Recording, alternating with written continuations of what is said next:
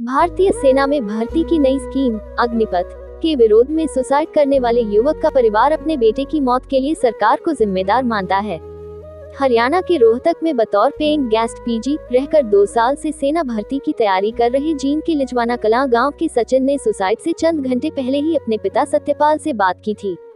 22 साल के बेटे के सुसाइड की खबर मिलने के बाद रोहतक पीजीआई में उसकी बॉडी लेने पहुंचे सत्यपाल को इस बात का मलाल है कि बेटे से बातचीत में वह उसके मन की बात को भांप नहीं पाए। उन्हें यकीन नहीं हो रहा कि कल शाम को उनकी सचिन से हुई बातचीत आखिरी थी और अब उनका बेटा कभी लौटकर नहीं आएगा। सत्यपाल के अनुसार कल शाम को जब सचिन से बात हुई तो उन्होंने उससे पूछा कि तुझे किसी चीज की जरूरत तो नहीं है। जवाब में उसने कहा कि सब कुछ है। इसके बाद उन्होंने बेटे से अच्छे से भर्ती की तैयारी करने को कहा। इसके बाद फोन कट गया।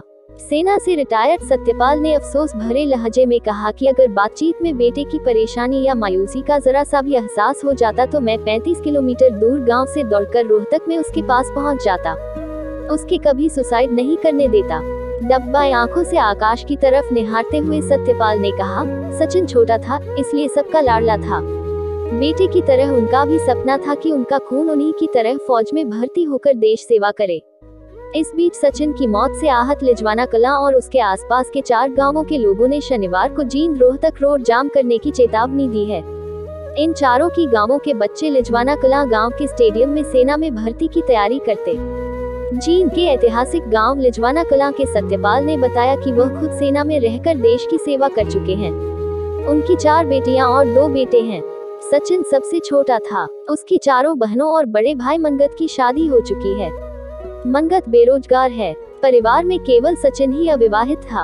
वह अपना और अपने परिवार का सपना पूरा करने के लिए 2 बरसों से रोहतक में रहकर आर्मी की भर्ती की तैयारी कर रहा था। परिवार को भी सचिन से बड़ी उम्मीदें थी। देश सेवा के साथ साथ परिवार का खर्च चलाने के लिए वह सेना में भर्ती होना चाहता था। सचिन 2 साल पहले गोवा में हुई आर्मी की रिलेशन भर्ती में फिजिकल और मेडिकल टेस्ट पूरा कर चुका था। अब केवल लिखित पेपर होना बाकी था।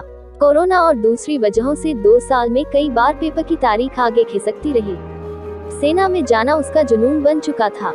लिखित पेपर के लिए सचिन 2 साल से रोहतक में रहकर कोचिंग ले रहा था।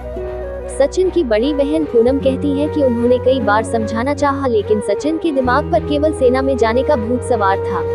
वह कोई दूसरी नौकरी या काम करने को तैयार नहीं था।